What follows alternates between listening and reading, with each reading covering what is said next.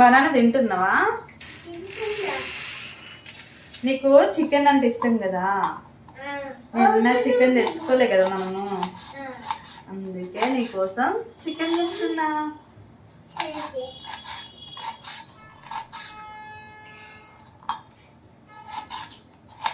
తిన్నాక అమ్ములు అక్కడ పెట్టు, బెడ్ మీద పెట్టుకో, బెడ్ మీద పెట్టు.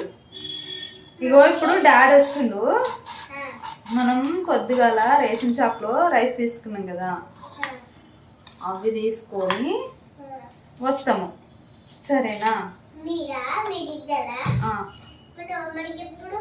తమ్ము పడ్డా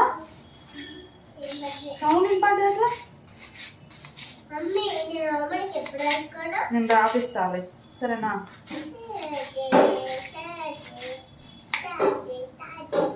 తమ్ముడు క్యాబేజ్ కట్ చేస్తుండు, చూడు వాడు గింత లేడు కానీ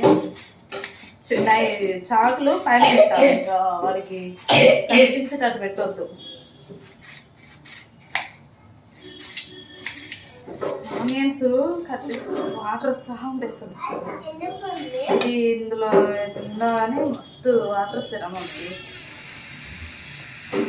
కొందరు చికెన్లో ఆనియన్స్ అసలు ఏమీ వేయకూడదు, కొందరేమో ఈక్వల్గా తీసుకుంటారు, కొందరేమో గ్రేవీ కోసమని ఆనియన్స్ ఎక్స్ట్రా తీసుకుంటారు, వద్దదు రాదు ఎక్స్ట్రా తీసుకుంటారు.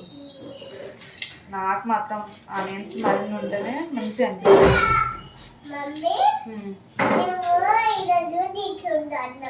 అది అందులో వండుడు కాదు నాన్న, అది హాట్ బాక్స్ అంటే మన వేడి రైస్ లాంటిది, వేడి చపాతీలు, idli, dosa, tiffins, food items అట్లా అందులో పెట్టేసుకుంటే వేడిగా ఉంటాయి.